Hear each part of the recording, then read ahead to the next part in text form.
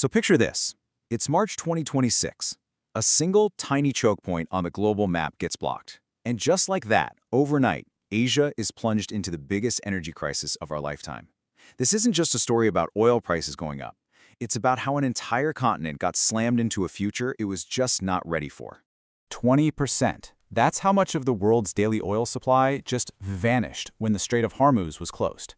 Now, for Asia, a continent that basically runs on imported energy, this wasn't just a supply shock. Oh no, it was a full-blown economic heart attack. So what really happens when the world's main energy artery gets clogged? Well, for Asia, the biggest energy importer on the planet, the results were immediate and they were catastrophic. This wasn't some abstract problem for traders or governments. This was a crisis that hit billions of people right where they live. And that shockwave, it spread with breathtaking speed. I mean, this wasn't some slow-motion crisis you could see coming. It was an instant contagion of pain. It started at the gas pumps and then just infected entire economies, changing daily life for millions. The images coming out were just stark. You had fuel lines stretching for miles in Hanoi. In Myanmar, which imports something like 90% of its fuel, they just grounded all domestic flights, period. And across Southeast Asia, the factories that power the global economy started to grind to a halt. You can just see the sheer desperation in the emergency measures governments were forced to roll out. I mean, look at this. Sri Lanka brought in a QR code system just to ration fuel. Pakistan slashed the workweek for government officials. The Philippines had to declare a national energy emergency. And in Bangladesh, they shut down fertilizer plants, which suddenly put the entire nation's food supply at risk. But here's where things get really interesting. As the crisis went on, it became crystal clear that not every country was suffering in the same way.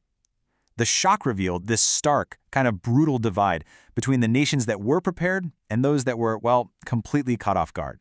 Analysts started calling it the Great Asymmetry. It's this idea of a profound gap between the nations that had the foresight to prepare for a shock like this and those that were basically living paycheck to paycheck, completely exposed. It was the difference between having a deep, strategic cushion and having no safety net at all. And this asymmetry, it created two totally different realities. On one side, you had what some called the Fragile Four: the Philippines, Japan, South Korea, and Vietnam. All of them dangerously dependent on oil that had to be shipped by sea. And on the other side, you had China, which had spent years strategically building a firewall against exactly this kind of crisis. The numbers on their strategic reserves, they really tell the whole story. The Philippines was staring down the barrel with just 45 days of supply. Japan, okay, they were in a much better position with a 254-day buffer. But then there's China, sitting on a stockpile of nearly 1.4 billion barrels. You guys, that's not just a reserve, that is a fortress. But China's resilience wasn't just about having massive stockpiles. It was baked right into their entire energy strategy. See, oil, the very thing causing the crisis, is less than 20% of China's energy use. The vast majority, over 80%, comes from coal and a huge, and I mean huge, renewable sector. That diversification, that turned out to be their secret weapon. But you know, a crisis like this is never just an end point. It's a beginning. This massive shock became a powerful catalyst for change, forcing nations to completely rethink their energy security for good. Just take the Philippines, for example. Facing total disaster, the government took some pretty drastic action.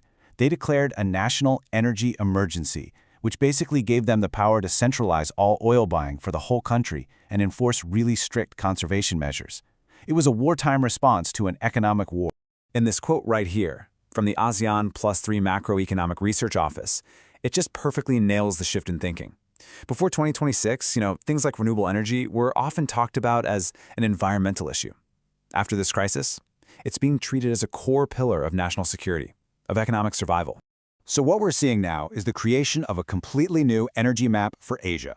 We're talking about ambitious, continent-spanning projects being launched with one single goal: to make sure this kind of vulnerability can never, ever happen again. And it really seems to be boiling down to three huge strategies emerging from the chaos. First, there's a nuclear renaissance, with countries like Japan and South Korea fast-tracking programs they've been waffling on for years. Second, a massive acceleration into renewables, as nations race to tap their own solar and wind. And third, a huge investment in new infrastructure, things like pipelines that bypass the old sea lanes, and new power grids that let countries share energy across borders. When you step back and look at it, the speed of this pivot is just breathtaking. Before 2026, the entire continent ran on this fragile system of shipping oil across the ocean. During the crisis, it was just chaos, reactive, messy rationing. But now, the whole philosophy has changed. The future is about making your own energy and connecting with your neighbors, because the trust in that old global system has been completely shattered. And that leaves us with one final crucial question.